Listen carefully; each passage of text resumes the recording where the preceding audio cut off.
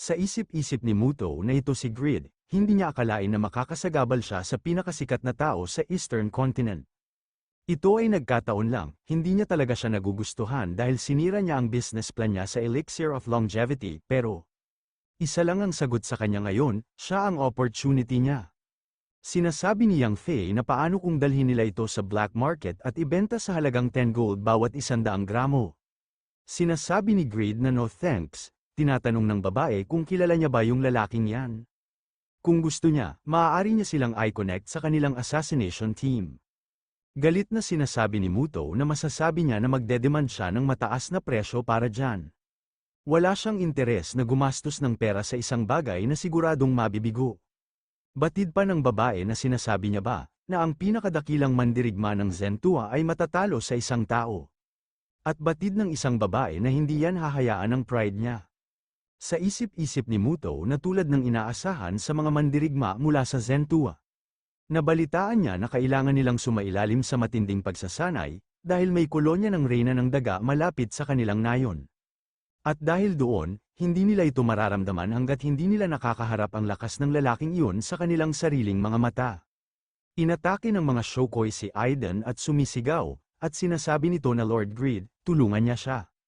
Tinatanong ni Grid kung bakit kailangan niya pang mag-dive sa ilog ng ganyan. Sa isip-isip ni Grid na dapat niya bang i-flip na lang ang kaldero niya. Inatake na ni Grid ang mga Shokoi, at napapaiyak na lang si Aiden, at binabanggit nito ang pangalan ng kanyang Lord Grid. Sinasabi ni Grid na nakikiusap siya kung pwede bang huwag siyang lalapit sa kanya sa ganyang estado. Hindi naman makapaniwala ang mga mandirigma mula sa Zentua. At sinasabi nila na ano ang nangyari, tinalo niya sa isang strike ang mga sirena ng Jam Valley. Iyan ay isang bagay na hindi man lang nila magagawa. Sinasabi ni Muto na ibang level siya, sa narinig niya, sinasamba ng mga mandirigmang Zentua ang malalakas. Sa tingin niya ba hindi ba siya karapat-dapat sambahin? Namangha naman sila sa nakita nila at sinasabi ng babae na pero teka, ang lalaking yan. Nananahi ba siya ngayon? Sinasabi ni Grid na ang tibay nito ay dapat na mas mahusay ngayon. Tinatanong niya si Yang Fei kung hindi ba niya kailangan ng damit na pangtrabaho. Sa isip-isip ni Muto na ang makasaysayang figura ng blacksmith ay nananahi na ngayon. Sumisigaw ang intuition ng merchant niya, na siya ang lifeline niya para sa pagsulong niya sa Eastern Continent. Sinasabi ni Yang Fei na mas gusto niya ng pera. Sinasabi ni Grid na ang paglalakbay na ito ay hindi nakalulugod sa mata o sa bibig. Lumapit na si Muto, at binati nito si Grid, ang pangalan niya ay Muto, mula sa Muto Trading Company. Hindi niya akalaing makakasalubong niya ang dakilang Overgeared King sa lugar na ganito. Sa isip-isip ni Grid na isa siyang player, isang manlalaro sa Eastern Continent, kung saan napakababa ng entry rate na 99.9% ng populasyon ay mga NPC. Dahil naabot niya ang Eastern Continent, dapat ay medyo skilled na siya. Kahit na hindi niya na ito banggitin, marami siyang kasamang mersenaryo. Maaaring mukhang mabuting tao siya, ngunit kailangan niyang maghinala. Ginamit ni Grid ang Legendary Blacksmith's Eyes, sa pamamagitan lamang ng pagtingin sa target na item gamit ang iyong mga mata. Maaari mong suriin ang ilan sa mga istatistika at opsyon nito. Batid ni Grid na sa paghusga mula sa kanilang mga item, sila ay dapat na hindi bababa sa antas 280 sa average. Kung pinapaligiran siya ng mga NPC, dapat importante siya. Sino siya? Sinasabi ni Muto na maaaring kulang siya, pero nakarating siya dito dahil sa swerte niya bilang merchant. Hindi siya isang overall ranker tulad niya, ngunit napakadali niyang mahahanap ang kanyang pangalan sa ranking ng merchant. Sa isip-isip ni Muto na gaya ng inaasahan, nag-iingat siya sa kanya. Sa isip-isip ni Grid na ngayong napag-isipan niya na, binanggit nga ni Lowell na dapat siyang magsama ng ilang merchant player sa kanilang kaharian, dahil karamihan sa kanila ay natipon sa imperyo. Sinasabi ni Lowell na ano ang mahalaga, tanong niya. Kailangan nilang kontrolin ang sirkulasyon ng merkado tulad ng Amazon. Sinasabi ni Grid na parang kapang, at sa isip-isip pa nito na dapat siyang bumuo ng isang relasyon para sa kanyang kaharian. Kinamayan nito ni Grid at nagpakilala ito, sinasabi ni Muto na nakipagkamay siya sa Overgeared King. Isang karangalan, sila ay mga mersenaryo na kinuha niya sa Eastern Continent. Hindi kayang pantayan ng mga mersenaryo mula sa kanluran ang mga halimaw dito. Maiba sila, doon din ba ang tungo niya? Papunta na siya sa Kars para makilala ang hari ng Cho at bumuo ng magiliw na relasyon sa kanya, para makapagbukas siya ng ruta ng kalakalan. Sa isip-isip ni Grid na maaaring kailanganin niyang kalabanin ang hari ng Cho upang iligtas si Han Sokbong at ang kanyang anak, ngunit pupunta siya doon upang bumuo ng isang mapagkaibigang relasyon. Sinasabi ni Muto na siya ba hindi ba? Akala niya pupunta siya doon para sa diplomatikong dahilan. Sinasabi ni Grid na gusto niya sana, ngunit mayroon siyang sariling mahirap na mga kalagayan. Sa isip-isip ni Grid na hindi niya dapat ipaalam sa taong hindi niya mapagkakatiwalaan, kung ano ang ginagawa niya. Sumisigaw at sinasabi ni Aiden na Lord Grid, tapos na sa wakas ang nutritious men's stew. Sinasabi ni Grid na ibig niyang sabihin na yan ang mga sirena. Natakot naman dito si Muto sa mga naririnig niya sa kanila. At batid ni Grid na nakikiusap siya na huwag siyang mag-isip ng mali. Ang kanyang kahulugan at panlasa sa pagbibigay ng pangalan ay maaaring hindi maayos, ngunit siya ang kanyang personal chef. Katabi niya ang tea master, humingi naman ng paumanhin si Muto dito. Sa isip-isip ni Muto na isang manlalaro na may sariling personal chef at tea master. Kaya ito ang sukat ng isang hari, totoo ang chismis na may pondo siya para magtayo ng kaharian. Gaya ng inaasahan, laging pinakamainit sa tabi ng mga baga. Hinding-hindi mailalayo ng isang mangangalakal ang kanyang sarili sa mayayaman. Lalo na kung siya ang hari ng isang bansa, inabutan ng pagkain ni Yang Fei si Muto, at sinasabi nito na ito ang isang bowl ng nutritious mermaid men's stew. Nagtataka naman si Muto na inabutan siya ng pagkain, at sinasabi nito na ang bait naman niya. Tinignan niya naman ito, at parang may duda. At sa isip-isip nito na ang hitsura at amoy nito ay napapaisip siya kung ito ay may lason. Actually, baka special performance lang ito ng personal chef ng Overgeared King. Biglang na lang nito kinain, at sa isip nito na ito ay isang pagsubok upang bumuo ng isang palakaibigang relasyon sa Overgeared King. Ilalagay niya ang kanyang karangalan bilang isang merchant ranker sa linya para gawin ito.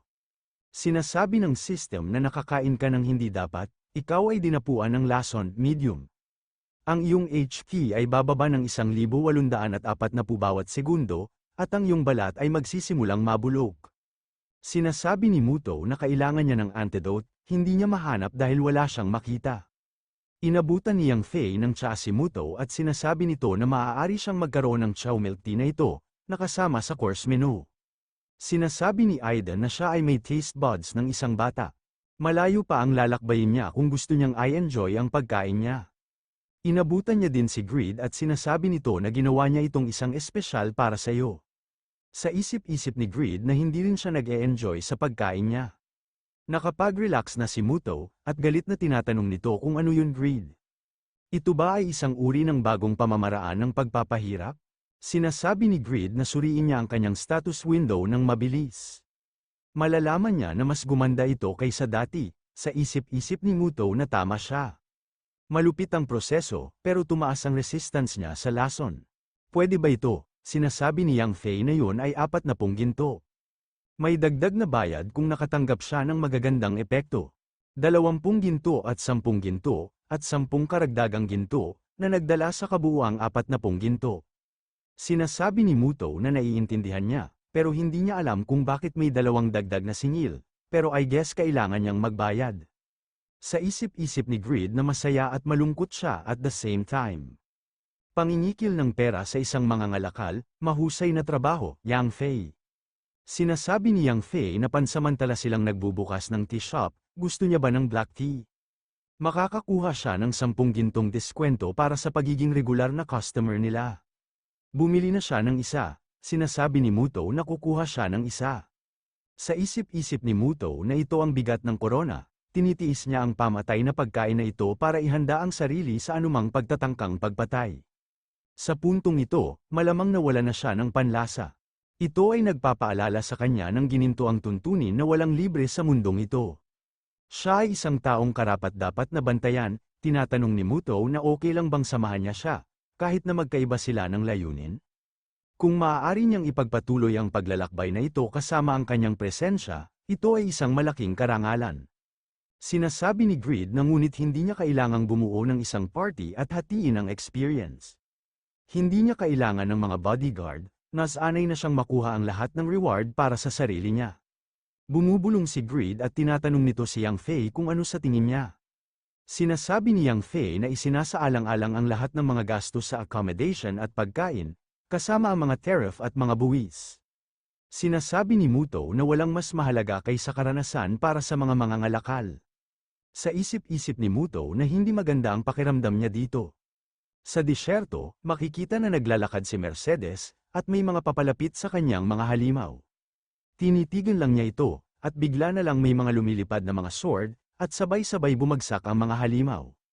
May nagsasalita at tinatanong nito kung totoo ba ang mga salita, Mercedes. Ito pala ang umatake sa mga halimaw at ang nagsasalita, at sabay na bumalik ang mga sandata nito, at batid nito na ang legendary Overgeared King, na humarap sa isang buong hukbong mag-isa at ng agaw ng isang bansa, ay tumanggap ng isang imperial na atas ng walang pagtutol. Limit, Sword Duke, kasalukuyang kapitan ng Red Knights, isa sa 6 na duke ng Seheran. Sa isip-isip ni Mercedes na gaya ng inaasahan sa isang taong nakarating sa larangan ng telekinetic swordsmanship. Nalampasan niya hindi lang si Piaro, kundi maging ang Sword Saint na si Mahler. Kahit hindi pa siya umabot sa level ng legend, dahil kulang siya sa achievements. Sinasabi ni Mercedes na oo, yumuko siya sa kanila ng mababaw. Siyempre, hindi niya maitago ang mga mata ng isang halimaw. Sinasabi ni Limit na kung ganoon siya kalantad, maaari itong bigyang kahulugan bilang isang act of reverse provocation, at sinadya upang himukin ang isang preemptive strike. Kung ito ay isang pakana upang tuligsain ang ekspedisyon ng imperyo, dahil sa kawalan ng katwiran, o ang hindi paganap na pagmamataas ng isang bagong panganak na pinuno ng kaharian, na hindi kayang itago ang kanyang mga damdamin. Kung siya ay nagnanais na huminto para sa oras habang tinatasan ng imperyo ang kanyang paglipat, ang Overgeared King ay nabigo. Mula sa kanilang panig, ito ang tiyak na sandali kung kailan dapat panatilihing abala ang imperyo anuman ang kahihinatnan. Sa isip-isip ni Mercedes na ang kapitan ng mga Red Knight, ang direktang utos ng kabalyero ng emperador, ay walang pakialam na ang Overgeared King ay hindi yumuko sa utos ng imperial. Well, ang mga Red Knight mismo ay halos nagtatrabaho para sa Empress Marie, dahil personal niyang itinayo ang mga ito mula sa simula. Sinasabi ni Limit kay Mercedes na aalis na siya at ihatid ang kanyang mga impresyon sa kanya, sa kamahalan ng eksakto kung paano sila. Kung pipiliin ng galit na emperador na maglunsad ng ekspedisyon, magagamit ni Empress Marie ang pambungad na iyon para muling ayusin ang kanyang paksayon. Umalis na si Limit, at nag-iisa na iwan si Mercedes. Nagbuntong hininga si Mercedes, at sa isip-isip nito na maging ang kapitan, na nanatiling tapat sa emperador, ay sumama sa pangkat ng Empress. Hindi ito mangyayari kung hindi pinabura ng kamahalan ang Five Pillar, sa halip na ang mga Red Knight. May sumisigaw at may tumatawag kay Mercedes. Dinaanan lang nito ni Mercedes at sinasabi nito na hindi niya naman kailangan pumunta dito para salubungin siya sa lahat ng oras, Sky. Marami siyang dapat isipin, kaya huwag niyang ibuka ang kanyang bibig hanggat hindi niya sinasabi. Sa isip-isip ni Mercedes na ang tumitinding paksyonal na pakikibaka para sa korona ng prinsipe ay malinaw na nakakasira sa imperyo. Dapat bang dayain ang kanyang kamahalan tulad nila? Hindi niya alam kung ano ang best para sa empire. Sa isip-isip ni Sky na nahihirapan si Lady Mercedes. Cheer up, kasi lagi siyang nasa tabi niya, my goddess. Eskudero ni Mercedes, si Sky, siya ay isang hindi opisyal na ranker na patuloy na nagsanay bilang isang kabalyero sa imperyo, nakapasok sa reserbang puwersa ng mga Red Knight, at nakuha pa ang posisyon ng attendant sa First Knight. Karibal ng pagmamahal niya kay Mercedes, tulad ng nararamdaman ni Damian para kay Isabel. Sa isip-isip ni Sky na tatabi siya sa kanyang tabi magpakailanman hanggang sa araw na gawin niya siyang alipin. Pero, ito ay medyo mas kahabag-habag, sa kagubatan ng Eastern Continent. Sinasabi ni Grid na kung ang isang taong walang status ailment resistance passive ay patuloy na kumakain ng luto ni Aiden, lumalakas ang kanilang poison resistance. Oo nga pala, sa kabila ng pagiging mangangalakal, may kaalaman siya sa scholar. Marami siyang narinig mula sa kanya sa nakalipas na 5 araw, na maaari siyang lumipat sa mga kontinente ng walang scroll, at na ang pang-ekonomiyang kapangyarihan ng imperyo ay higit na mas malaki kaysa sa inaasahan niya. May nakita si Aiden ng isang kabute at sinasabi nito na isang inspirasyon para sa mga bagong recipe. Sinasabi ni Muto na ito ay dahil kailangan niyang pumunta sa lahat ng uri ng mga lugar. Isang karangalan na marinig ang kanyang pananaw para sa Overgeared Kingdom din. At kaya, siya ay nagtataka, maaari niya bang tanggapin ang Muto Trading Company sa Overgeared Kingdom? Sinasabi ni Grid na dumating siya sa Eastern Continent sa pagmamadali upang labanan ng imperyo, ngunit sa rate na ito, uuwi siya ng may mga puwersang mas malakas kaysa dati. Sinasabi ni Grid na magpo-propose na rin sana siya ng business, pero salamat sa sinabi niya para sa kanya, maaari nilang pag-usapan ang mga detalye pagkatapos niyang iligtas ang kanyang mga kaibigan. Sumisigaw si Grid at sinasabi nito na royal capital ng Chu, sa Kars, hintayin niya siya.